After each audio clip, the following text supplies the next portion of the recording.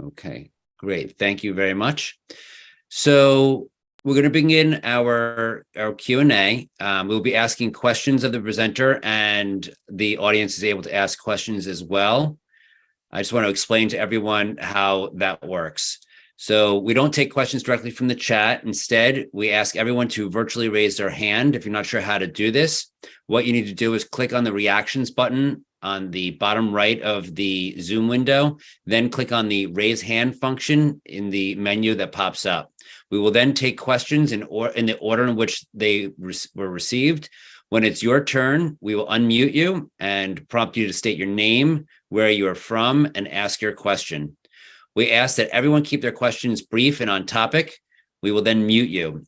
In order for everyone to get a chance to ask a question, we won't be taking any follow-up questions. However, if you would like to do a follow-up question, you can just go ahead and raise your hand again and get on the back of the line should we have time. So,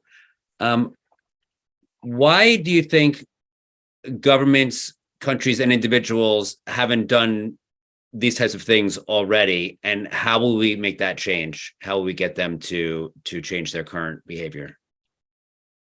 Well, I'm of a view that the nation state, the one that we know and love, the one that has existed in the world since Napoleon, is actually coming to its use-by date. And nation states are no longer the things that they were. They're no longer the individual powers that they were. Why? Because money, the power of money, has migrated to the global level. Corporations are now bigger than most countries. They wield more power. They don't pay taxes, so countries are actually, the amount of money that governments have to spend on their people is declining. So their ability to influence their own future is actually declining. And as a result, the quality of politicians is going down everywhere. It's going down for a number of reasons. One of them, as I mentioned, people are losing their intelligence, so they're not able to choose good politicians any longer. And we're getting a class of bottom feeders coming into politics now who are out for themselves. They're not interested in the country any longer. They're not interested in the good of humanity. They're just out there to dig the gold. So the quality of governance worldwide, and I'm not just referring to democracies here. I mean, most of the countries in the world are autocracies. They're not democracies. But even in autocracies, you're getting exactly the same problems arising. Lower quality of governance. And so the nation really is a fading dream. I know this hurts people. They love their flag and their anthem and their patriotism and things like that. But that's yesterday's political circumstance. Things are changing very rapidly. So governments are not addressing those things because they're still obsessed with the national need. So the reason that climate change hasn't been addressed is that governments are still thinking of themselves, and they're still thinking of their political needs, not thinking of the human future. National governments do not think about the human future in any serious way. I mean, a few might, the government of Bhutan or Denmark or somewhere like that. But most governments are still thinking in a very selfish 19th century fashion. And they're competing with one another in a very selfish 19th century fashion. I mean, the kind of wars that are going on at the moment, Ukraine and things like that, or America and China chesting off against one another, these things are just so out of date. They're anachronisms. That was fine in the 19th century when a war didn't do any great lasting damage. Nowadays, it can wipe out humanity. So it's a very dangerous thing to have these nations still stomping around with nuclear weapons. We need to move on from that. We need to grow up, recognize we're one people on one planet, and we help ourselves to survive, or we go down together. And how do we go about enlightening the politicians who basically have a vested interest in benefiting off of the status quo? How do we get them to change their motivations? Well, the trouble is that most governments are not chosen by the people. Even in democracies, they're chosen by corporations. Mm-hmm. So American climate policy is dictated by the oil companies, for example. American chemical policy is dictated by the chemical companies. It's not dictated by the people. Mm-hmm. The politicians are in the back pocket of the corporations. So the short answer is, if you want to change that behavior, you have to change how the corporations behave. There is only one thing that changes how corporations behave, and that's how you spend your dollar. So if you buy, clean organic food, you're sending a signal to the market not to use chemicals in food, and that trend is growing very, very fast. Now we can see it in the world.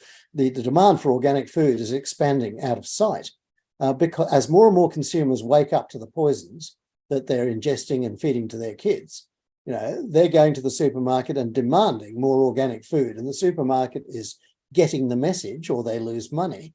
So it's only when the corporations start getting that message, it's only when people start buying electric vehicles instead of oil-powered vehicles, that the car companies get the message, we'd better start making electric vehicles.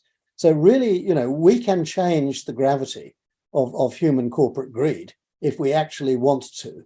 And if you change how corporations behave, you will, in this world where corporations predominate, change how governments behave as well. Unfortunately, as I say, governments don't listen to their electors very closely.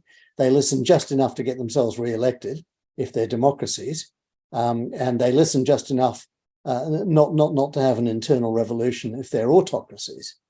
And we must never forget that, as I say, 3/4 of the world's countries are autocracies. So, we really have to change the economics if we're going to change the politics. And how do we enlighten individuals to get involved? How do we get the word out? How do we get them engaged so that they are making the proper consumer choices that will then impact the corporations, which will then change how our governments function?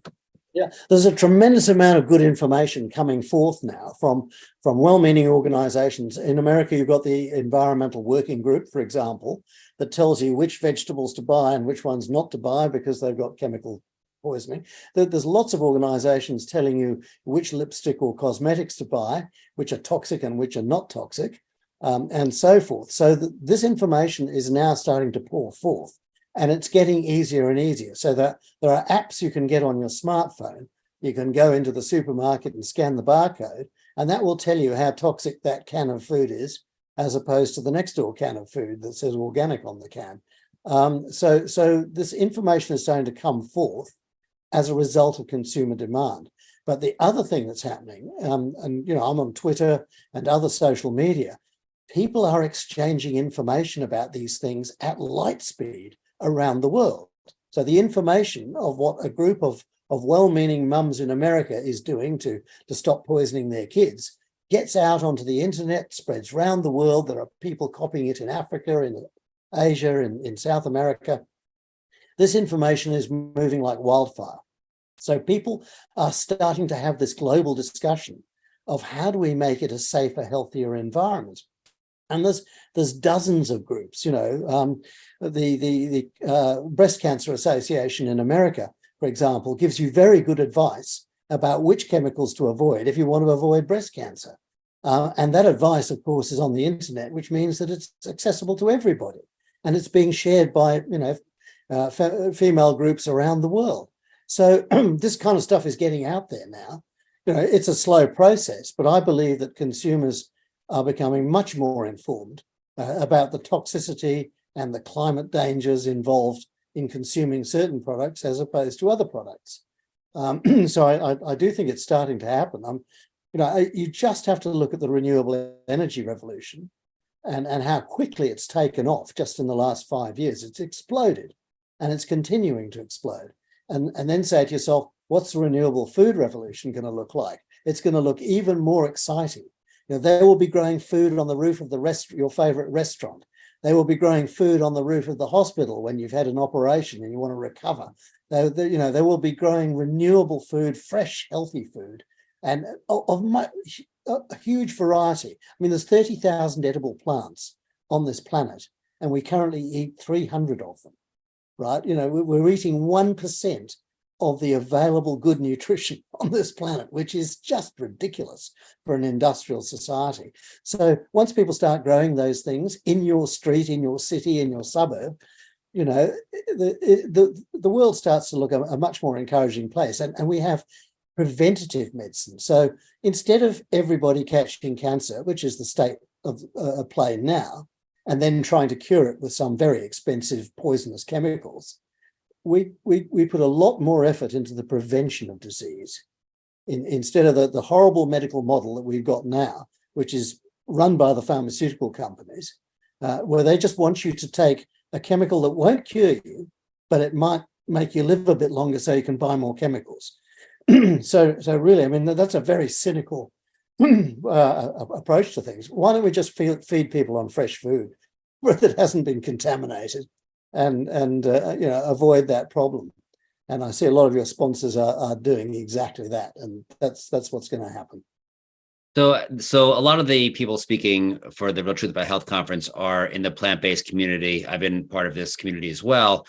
And one of the things that is lamented is the challenge for getting people to eat plant-based.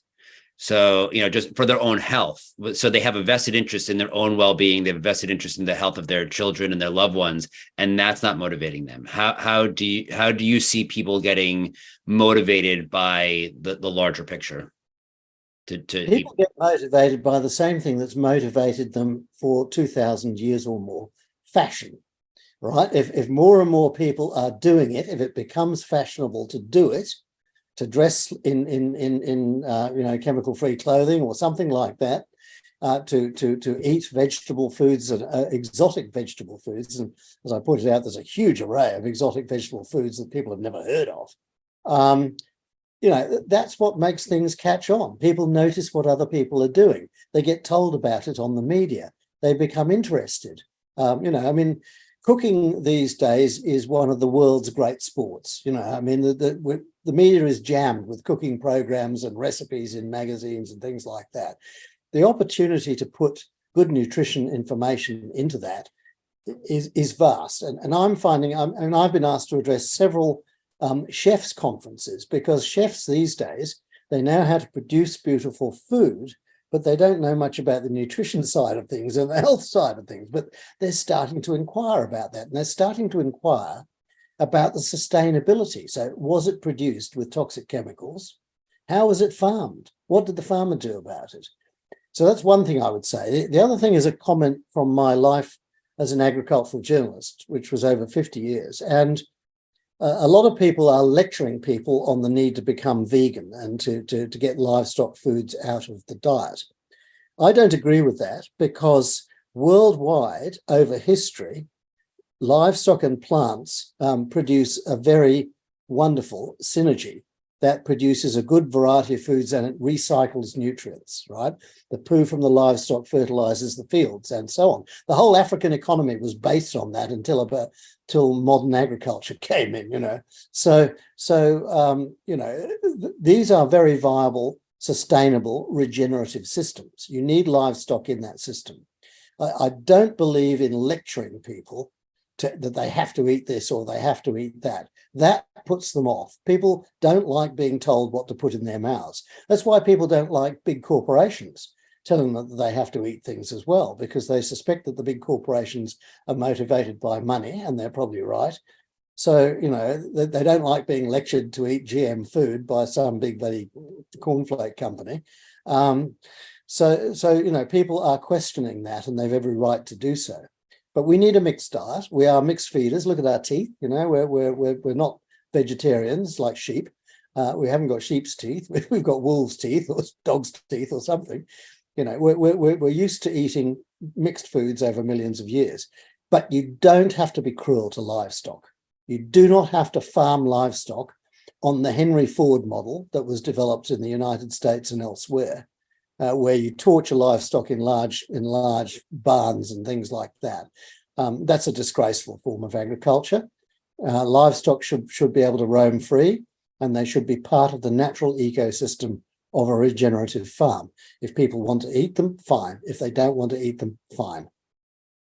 And what can individuals do to combat the various factors plaguing this planet? Is there stuff that they can do directly? Obviously, like stopping nuclear weapons, very hard to do without government intervention, like going through those channels. But what are the things that individuals can specifically do directly, as opposed to doing things to influence corporations, to influence the governments?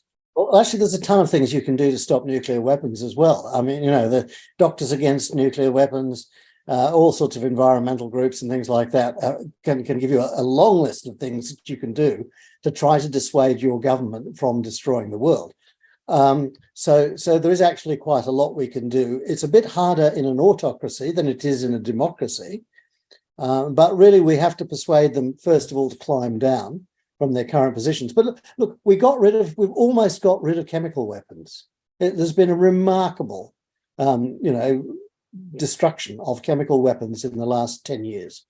So it's doable. It's perfectly doable. We can do it with nukes as well. We don't need 13,000 nuclear weapons to take out the human race 5 times over.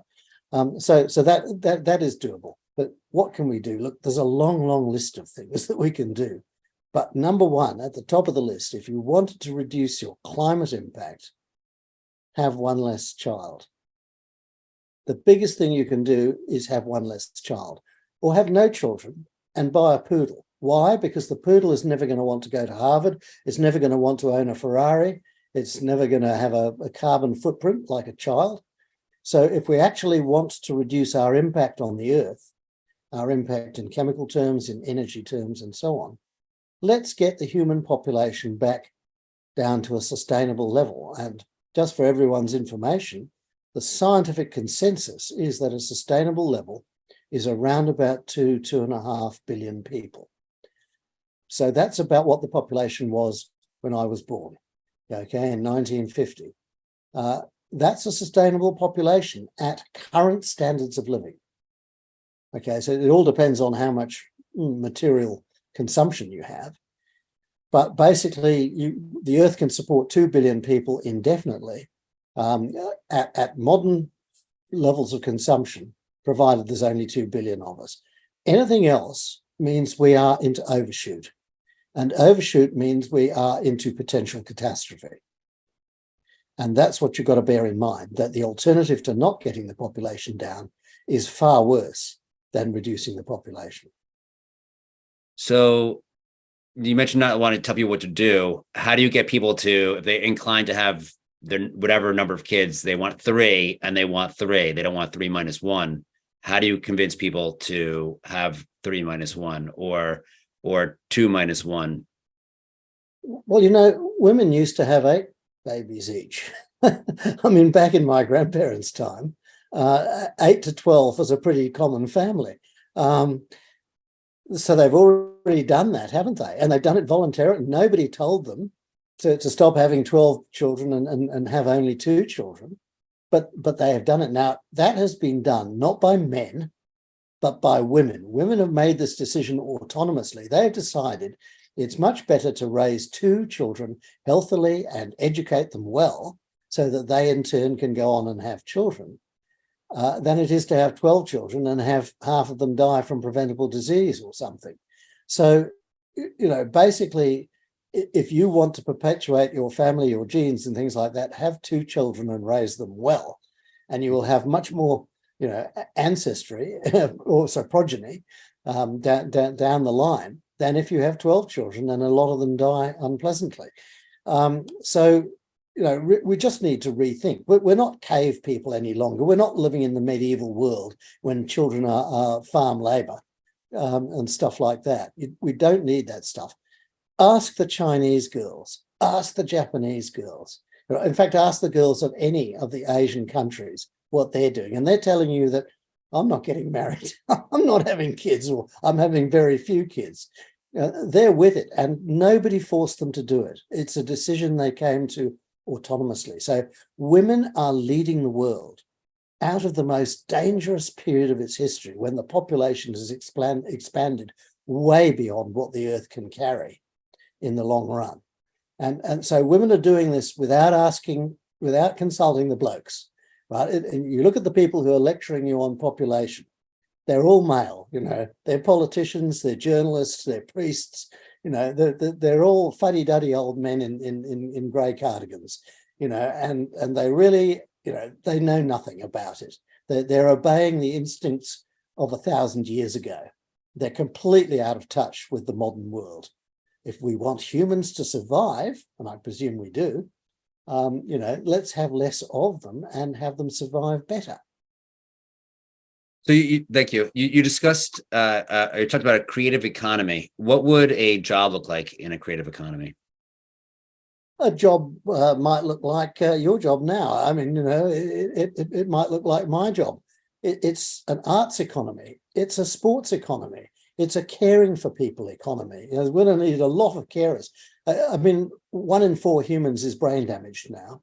It's shocking. The amount of chemicals that are coming into our brain is causing all this depression, ADHD, autism, things like that. And so a lot of those people are going to require full-time care as we go down, or at least part-time care. So a lot of people can be. So instead of manufacturing things, I mean, think about basic labouring tasks. You go back 50 or 100 years, people were digging holes in the road with picks and shovels. Then we replaced them with large machines. Then we replaced those large machines with robots.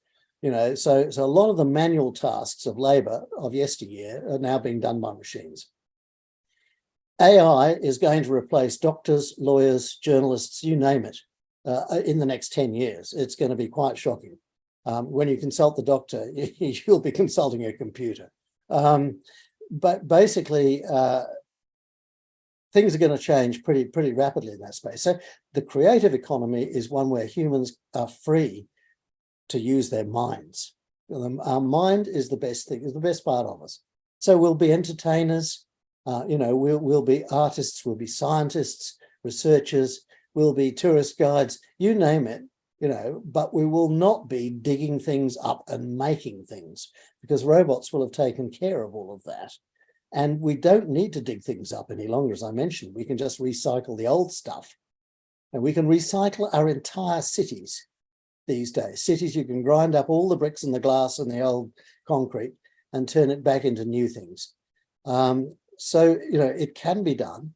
And a lot of people will be involved in that recycling. And I mentioned renewable food. Well, what a wonderful industry. I mean, 30,000 plants, that's 30,000 new agricultural industries, if you like, that can take place right in your city, growing plants hydroponically. So these are very creative jobs, and inspiring jobs, and they're not dirty jobs. They're not miserable, not kind of jobs that you put your migrant labor into and things like that, because robots will do all the dirty work. So really, the opportunities for a good life, a healthy life, a caring life, and a thought-filled life are going to be much bigger in the future than they are now. You talked about deep ocean agriculture. What is that? Okay, well, basically that's the farming of seaweeds, as we call them, sea crops, I prefer to call them, on enormous racks in the deep ocean. And what you're doing is you've got a pipe going down 500 feet, and that's pulling water up from 500 feet. The water deep down in the ocean is much more filled with nutrients. These are nutrients that are washed off the land over millennia. So all the soil that we've lost, all the sewage that's been dumped in the rivers and has flowed down to the sea, all of that's gone to the bottom of the ocean. And the ocean's a chock-a-block with nutrients. And so you can actually irrigate your seaweeds with nutrients from the deep ocean. You can farm the seaweed on immense racks. You can have very large nets containing fish that are ranched extensively rather than intensively. So they're not being showered with chemicals the way that salmon and things like that are farmed today.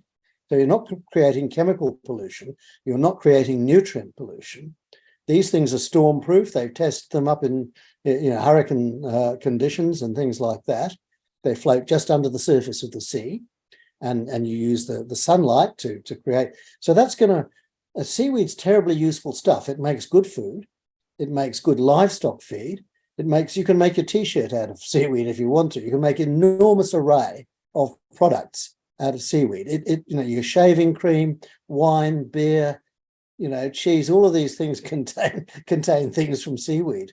So seaweed's a terribly useful crop, but you can also use the seaweed to feed fish. And so you can farm large-scale fish. Instead of plundering the oceans with trawlers, the way we're doing it, and destroying the ecosystem, you just grow very big nets, full of anchovies or whatever it is you want to farm. So, deep ocean aquaculture is a coming thing.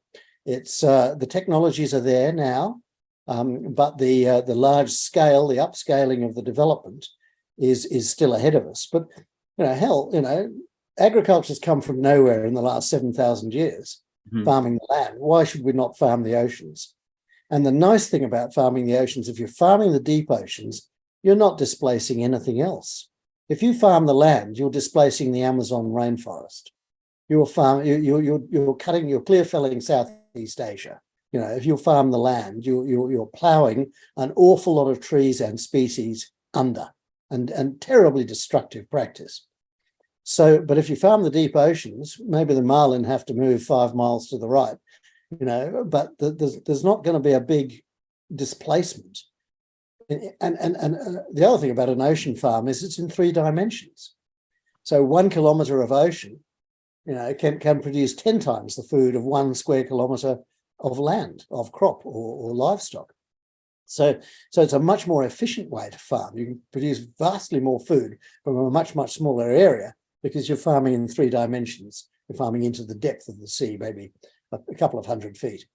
So, it's got many things to recommend it. And of course, no doubt all the doctors at this conference are telling people, you've got to have more of those omega-3s and 6s and things like that. You've got to have more of that in your diet. Well, where does that come from?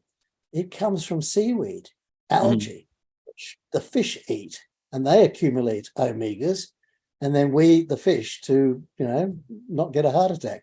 So, it's a wonderful health-giving activity. So, if you want to ask me where to put your money, for really powerful industrial investment in the future, deep sea aquaculture every time. It's got huge potential. It's going to be one of the great growth industries of the next 30 years. Thank you. So you talk about a universal agreement that all nations and all people would sign. How do you get people to sign this? It just seems like to get even a tiny percentage of people to do anything is a huge, requires a huge Herculean effort. How do you get everyone in the world to sign, to even know about this agreement and agree? If we had such an agreement, it would be much talked about on the media, and governments would be talking about it because they would be asked to sign and ratify it. But, if I asked you to sign a document saying, I pledge myself to work for a habitable earth for my grandchildren, would you sign it or not? Is it? I don't know. I'd have to read the agreement and understand actually what it compelled me to do. Does it compel anybody to do it?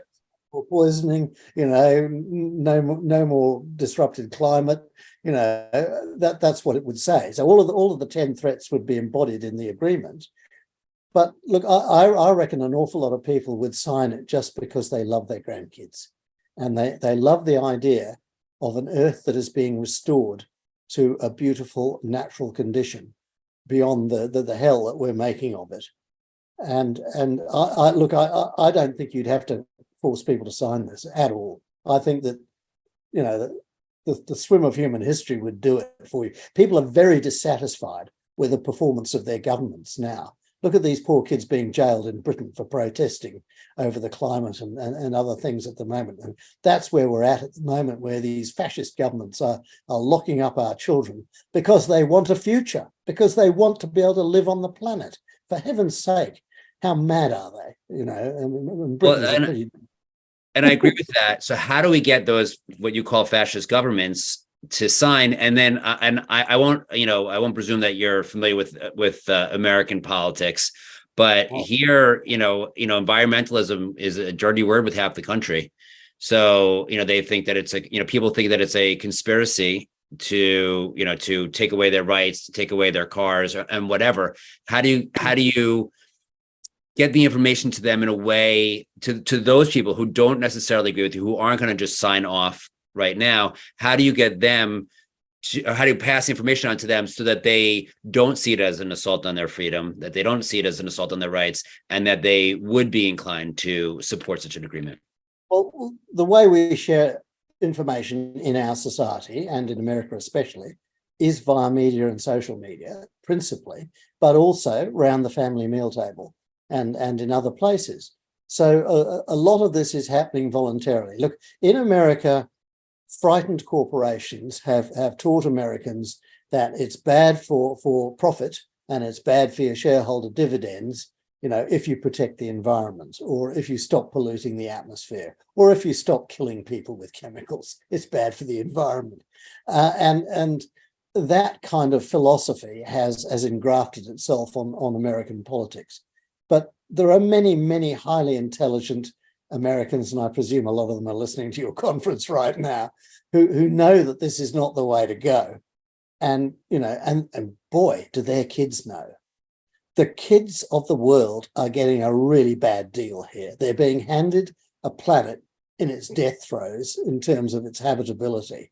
And they're not going to be happy about that. And they're going to change governments, even if we don't, right? So politics will be forced to change. Politics never likes changing. It always wants 51% of the people to fall over the electoral line. It doesn't really care about the future. It doesn't give a stuff about the future. It's only about the next election. So that's why politics and nations are yesterday. And they're gradually going to fade out of the picture. But we're moving to a different world now where the people, through this worldwide communication, through this single mind that we're forming on the planet, are going to share these ideas at the speed of light and start thinking together about what the hell have we got to do to survive in this place and to make it beautiful again. And so, yeah, we will overcome the conservatism. The people who don't want to change, conservatism is a very valid point of view. Why? Because, conservatism is what you trust, okay? Your experience, your life experience tells you to trust this system.